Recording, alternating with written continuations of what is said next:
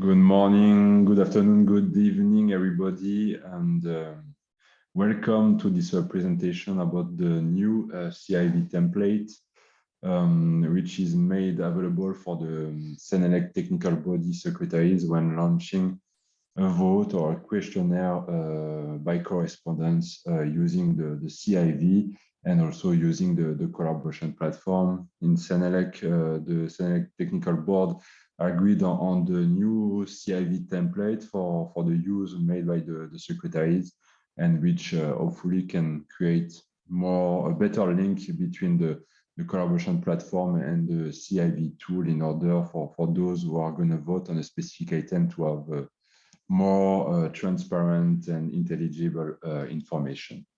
So my name is Constant Koller from the CENELEC Management Center, taking care of the electrotechnology standardization department, and yeah, I'm very pleased to be with you today and welcome to this session.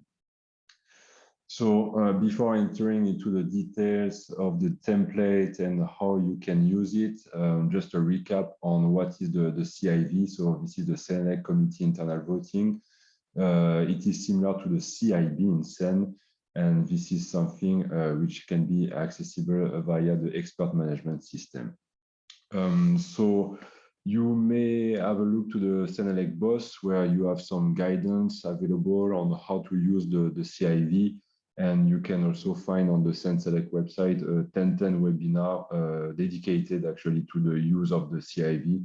Therefore, this presentation will not go into the detail of this use, but rather share information on how you can use this new template. For all the details, I would like to invite you to check the 1010 webinar.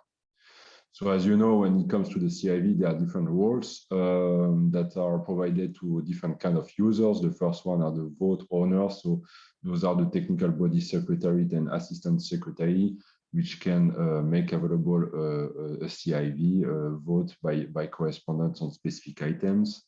Next to it, there are, of course, the CIV voters. Those are the representative of the CENELEC national committees, those that have been appointed to be entitled to vote on the different TC items.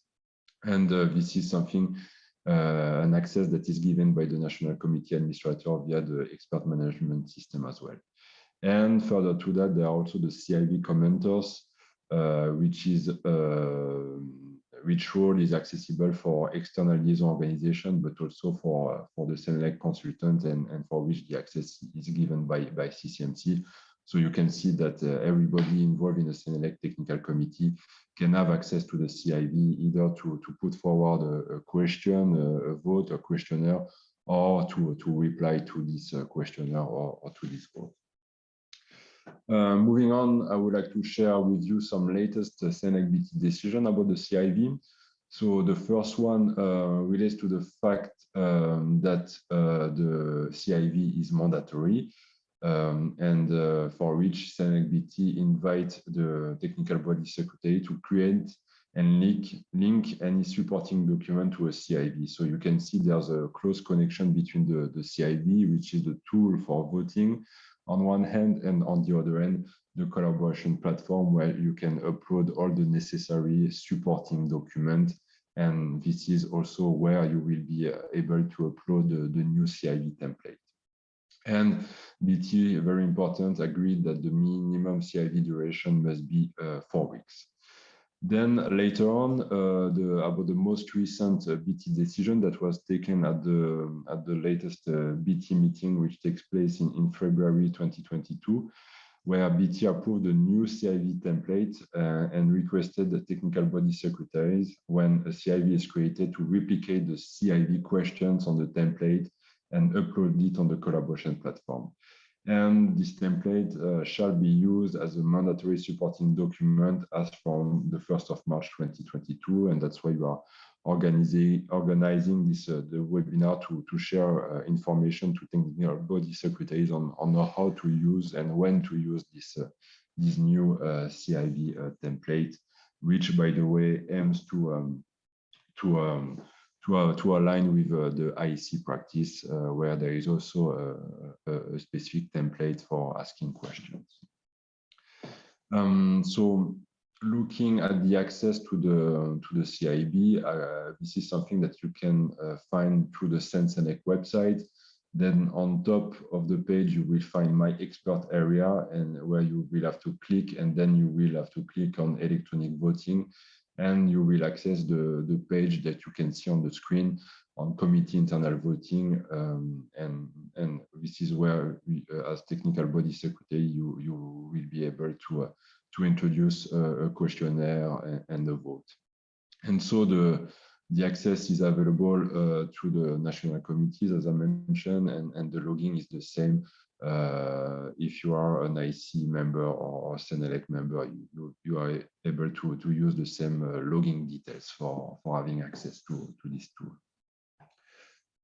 I just want to share also with you a brief overview of the CIV workflow. So the very first step is, of course, with the technical body secretary, who is responsible for creating the questionnaire within the CIV application, and to link to it any relevant supporting document, including the CIV template. And then it will be about a notification, notifying the different TC members about the opening date of the vote, when the vote opens, and for which a notification is provided to the different voters. Then voters will have access to the vote via the CIV and be able to consult the related document. And after which, of course, the voters will have to cast a vote and submit comments if needed via the CIV.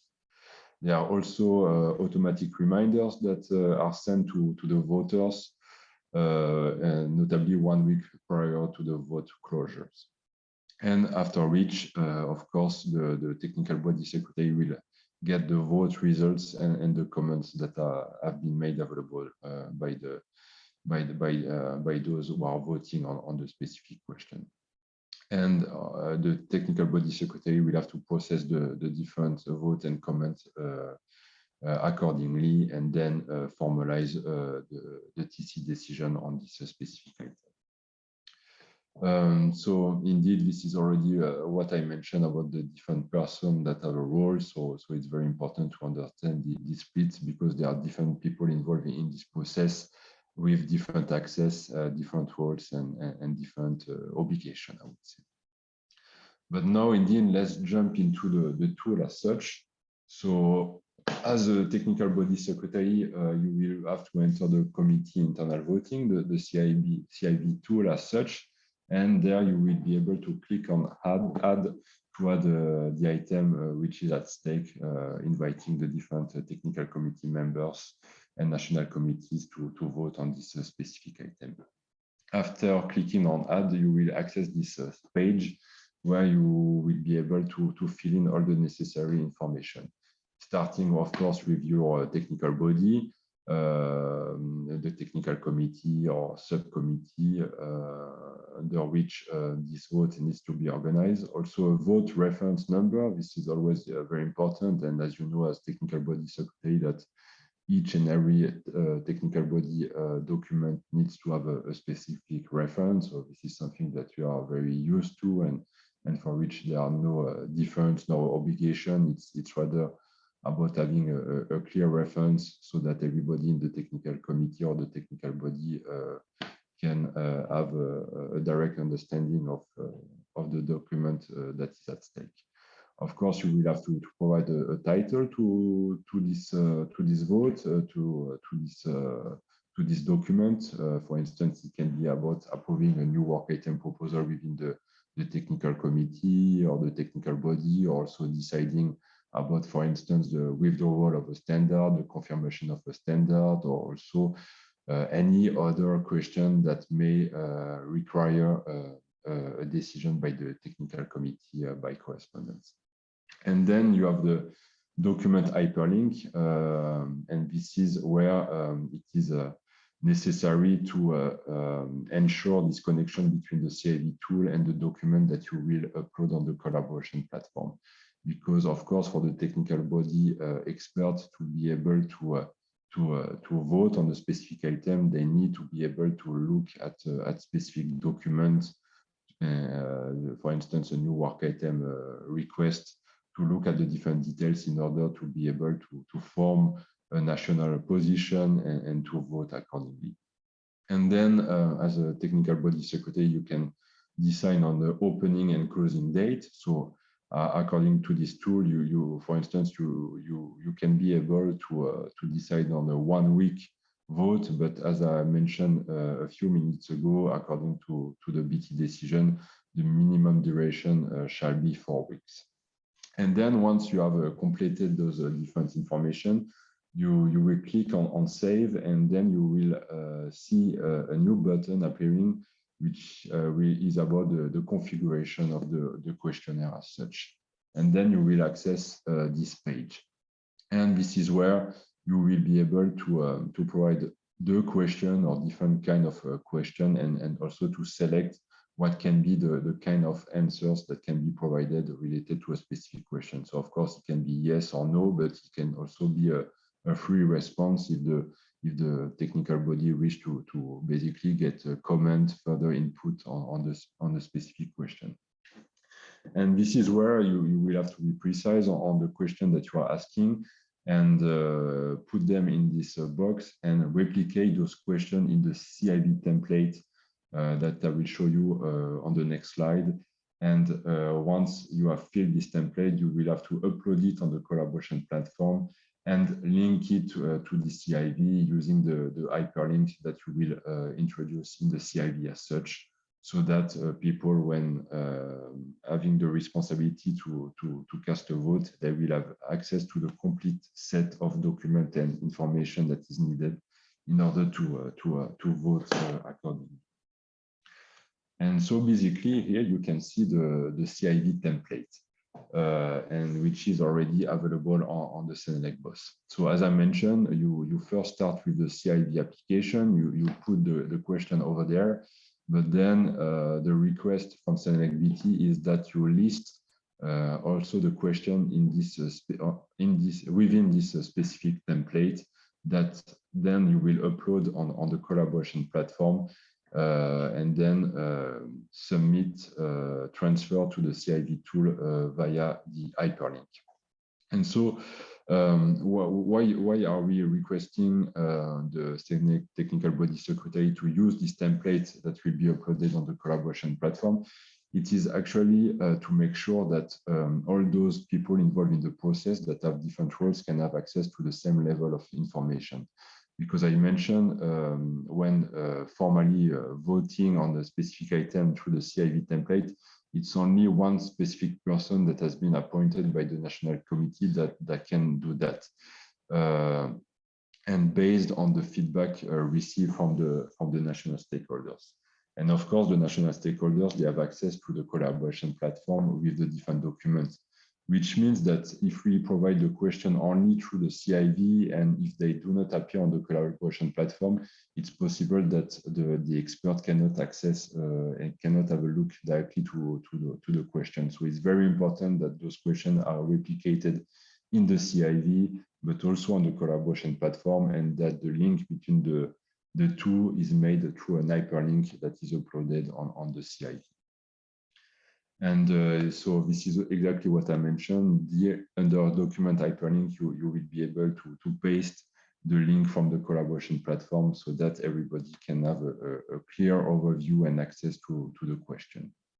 And then once this is made, as technical body secretary, you can save it, and then the CIV will be made available, and according to the opening date, and the national committee expert and representative can start having a look at what it is about, to consult their national stakeholders, and eventually cast the vote on the specific item. So that was it for this presentation. As always, as I mentioned, you can have a look to the CENELEC website, also to the CENELEC BOSS, where there is more guidance that is available on the use, on the technical detail of the use of the CIV. If you face any functional or technical issue, of course, as always, you can contact IT support in CCMC. And as always, do not hesitate to contact your CCMC technical project manager for any question that you may have. And that's it for this very brief presentation. I hope it was useful for you to make the best use of this CIV template. And as I mentioned, if you have any question, do not hesitate to contact your CCMC contact point.